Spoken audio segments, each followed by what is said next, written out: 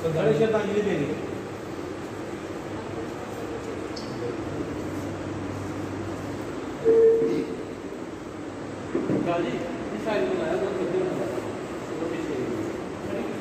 खाए नहीं तो नहीं थोड़ा ही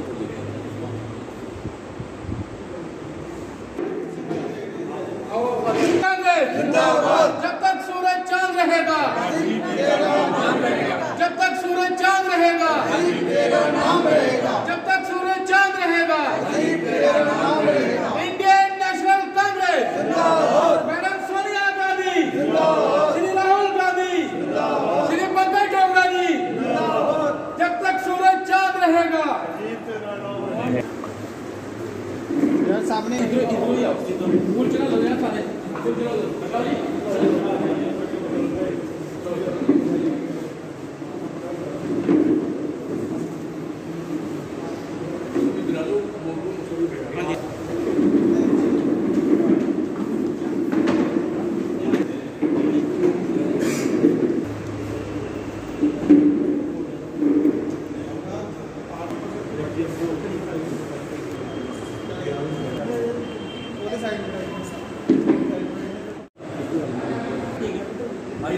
बस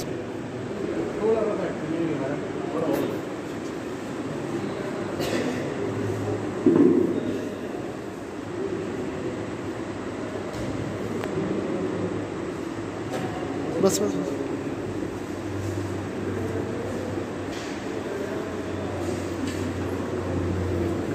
कमेटी की तरफ से भारत रत्न राजीव जी की पुण्यतिथि पर आज हम अपने कांग्रेसियन सभी जो है श्रद्धा सुमन भेंट कर रहे हैं।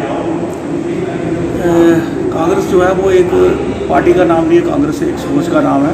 और राजीव जी ने जो नव भारत की नींव रखी और जो इलेक्ट्रॉनिक्स के कम्युनिकेशन में जो उन्होंने काम किया वो आज भी सराहनीय है। और मुझे लगता है कि उनकी दूरदर्शिता का ही नतीजा है कि आज हर हाथ में मोबाइल है। आप जहाँ पे बैठे हुए कवरेज कर रहे हैं, हम कहीं भी बैठे हुए सारा काम जो है डिजिटल इंडिया की जो हमारे प्राइम मिनिस्टर बात करते हैं, ये उनका ही सपना था। जो ATM जब लगाए गए तो ये इन्होंने BJP वालों ने विरोध किया था तब, आज ये डिजिटल इंडिया की बात करते हैं। मुझे लगता है ये कांग्रेस की ही पॉलिसियाँ हैं जो देश को आगे लेके जा सकती हैं। और हम सब ने अभी देख लिया कि हमारी इकानमी कहाँ जा रही है, यूथ कहाँ जा रहा है, किसान कहाँ जा रहे हैं। और ये BJP की जो करनी और कथनी है उसमें बहुत अंतर है। अगर सच्चे भारत का निर्माण करना है तो हमें सभी को साथ लेके चलना पड़ेगा। किसी भी धर्म की बात भी की जानी चाहिए, सभी धर्म के लोगों को साथ लेके चलना पड़ेगा। और जी के मुझे लगता है कि जी के दिखाए हुए जो मार्ग है उन पर चल के ही हम सपनों का भारत का निर्माण कर सकते हैं। जय हिंद, शुक्रिया। राजीव गांधी जी की पुण्यतिथि है जिसके चलते आज हम सभी कठुआवासी यहाँ पर एकत्रित हुए हैं, उन्हें श्रद्धांजलि दी है। राजीव गांधी जी ने अपने कार्यकाल में ऐसे काम किए हैं जो आज भी हम लोग याद रखते हैं और एग्जाम्पल सेट करके गए हैं। उन्होंने इतने महान कार्य किए, यूँ तो अगर गिनवाने पर आऊँ तो कई ऐसे काम हैं, लेकिन मैं चंद ही आपको सुनाऊंगी।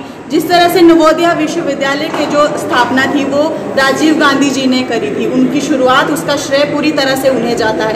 कंप्यूटर, उनका मानना ये था कि जब तक हम कंप्यूटर और तकनीक को बढ़ावा नहीं देंगे हमारे उद्योग जो हैं वो आगे सफल नहीं होंगे। उन्होंने इतना घर घर तक कंप्यूटर पहुंचाया और इंफॉर्मेशन टेक्नोलॉजी को बढ़ावा देने का श्रेय भी उन्हें ही जाता है। ऐसे उन्होंने की जो हमारे पंचायती राज, जो पंचायत व्यवस्था है वो भी, उसका श्रेय भी उन्हें ही जाता है, क्योंकि उनका मानना ये था कि जब तक हमारे पंचायती व्यवस्था जो है वो स्ट्रांग नहीं होगी तब तक जो लोकतंत्र है वो जमीनी स्तर पर मजबूत नहीं होगा।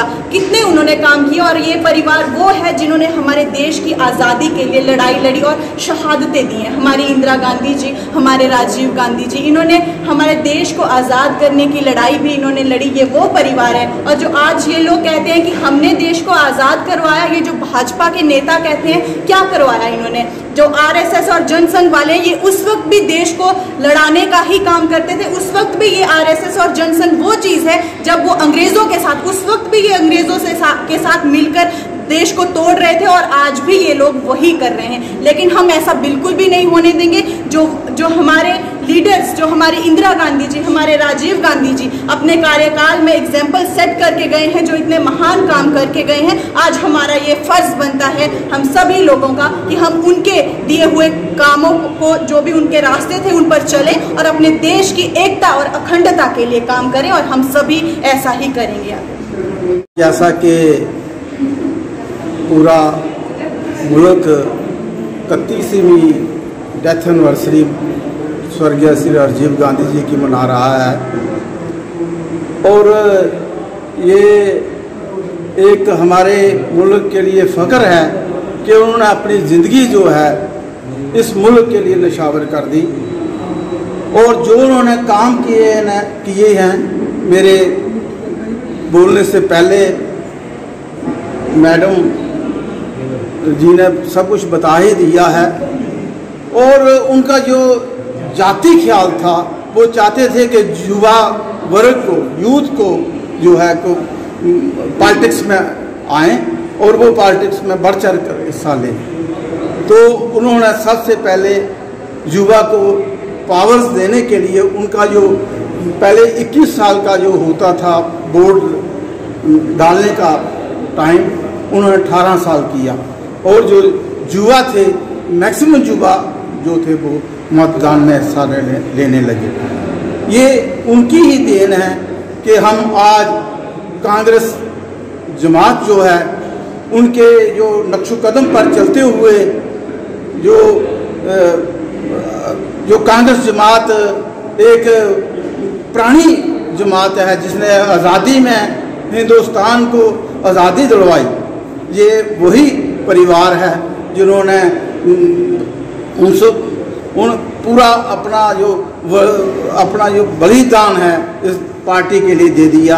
यहाँ तक कि महात्मा गांधी जी, स्वर्गीय श्रीमती इंदिरा गांधी जी और स्वर्गीय राजीव गांधी जी ने जो श्रद्धांजलि, जो उनको सच्ची श्रद्धांजलि हमारी यही है कि हम उनके नक्शो कदम पर चलें और कांग्रेस जमात को मजबूत करें और इसका शाना बशाना साथ दें। जय हिंद, जय भारत।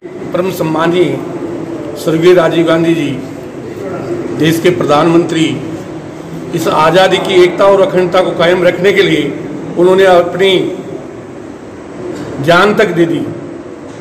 और उन्होंने जो कंप्यूटर का युग, आज जो मोबाइल का युग है, ये सब उन्हीं की देन है। राजीव गांधी जी ने 21वीं सदी में ले जाने के लिए युवाओं को 18 साल के मतदान करने का अधिकार राजीव गांधी जी ने दिलवाया। पंचायत राज में जो ओबीसी, SC, ST जो आरक्षण लागू किया, ये राजीव गांधी जी की देन है। राजीव गांधी जी इस देश को बहुत आगे ले जाना चाहते थे, लेकिन उनके साथ आतंकवादियों के द्वारा ये हादसा हुआ, उन्होंने कुर्बानी दी। और हम आज भी उनके कामों को याद करते हैं कि उन्होंने इतने काम किए हैं कि मैं बहुत सारे काम आपको गिना भी नहीं सकता। उन्होंने, अगर वो आज जिंदा रहते तो इस देश को बहुत आगे ले जाते। और कंप्यूटर का युग और मोबाइल का युग जो आज आप देख रहे हो, सभी सारे काम कंप्यूटर से, इंटरनेट और सारे इसी से जुड़ रहे हैं। और कांग्रेस वो पार्टी है जो इस देश की आज़ादी दिलाने के लिए कुर्बानियां दी। इंदिरा गांधी जी ने कुर्बानी दे दी, और हमारे सोनिया गांधी जी ने जो बिना प्रधानमंत्री का पद ठुकरा के और पार्टी के लिए त्याग कर रही हैं। और हमारे माननीय राहुल गांधी जी ने, उनके कोई पद और प्रधानमंत्री बनने का कोई उनका वो नहीं है, उन्होंने बिना अध्यक्ष के पद पे रहते हुए भी कांग्रेस को मजबूत करने के लिए पूरे दिन और रात लगे हुए हैं। पार्टी में या घर में, घर को बनाने के लिए, पार्टी को बनाने के लिए किसी पद की जरूरत नहीं होती है, काम करने की जरूरत होती है। कांग्रेस हमारी माँ है, और मैं सभी आज ये संदेश देना चाहता हूं कि जिस प्रकार राजीव गांधी जी ने इस देश के लिए कुर्बानी दे दी, हमारे श्रीमती इंदिरा गांधी जी ने कुर्बानी दे दी, इसीलिए पंडित जवाहरलाल नेहरू, गांधी जी एक बैरिस्टर थे, लेकिन उन्होंने अपनी सारी वकालत छोड़ करके और एक लंगोट में सूट काट करके देसी अपनाओ, अपने हाथ से बुने हुए कपड़े से अपने धोती पहनते थे, वो देश को संदेश देना चाहते थे। और आज ऐसे लोग हैं जो 20-20 लाख के सूट पहन करके और देश को क्या संदेश देना चाहते हैं। इसलिए मैं बहुत कुछ कहना चाहता हूं कि नेहरू जी 13 साल 9 महीने जेल में रहे, वो भी एक बैरिस्टर थे, उनके 11 परिवार के मेंबर जेल में रहे, उनको कोई पद की लालसा नहीं थी, वो केवल देश को आजाद करवाना चाहते थे जो अंग्रेजों से गुलाम था। और ये लोग उस टाइम भी अंग्रेजों के मुखबिर थे और उनकी गुलामी करते थे और ये बताते थे कि आज कांग्रेसी यहाँ आंदोलन कर रहे हैं, ये भगत सिंह को और इनको जो फांसी लगी है ये आरएसएस की देन है।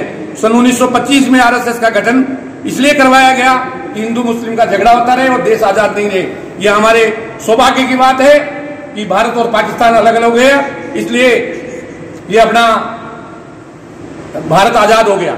और भारत के आजादी के बाद कांग्रेस ने जहां सुई नहीं बनती थी वहां हेलीकॉप्टर बनने लगे, फैक्ट्रियां खुलवाई। नेहरू जी ने हिंदू गोल्ड बिल लेके आए, जहां एक हिंदुओं के लिए एक बहुत शुभ संकेत था। इस देश को बनाने के लिए कांग्रेस ने अपनी कुर्बानियां दी है और आज भी हम पद की लालसा नहीं करते। हम सभी कार्यकर्ता, हमें कोई एमएलए एमपी बनने की या हमें प्रधानमंत्री की मुख्यमंत्री बनने की जिज्ञासा नहीं है। हमें इस देश की एकता और अखंडता बनाए रखने के लिए हम जी जान दे देंगे, हमारी कुर्बानी दे देंगे, लेकिन देश को टूटने नहीं देंगे। धन्यवाद।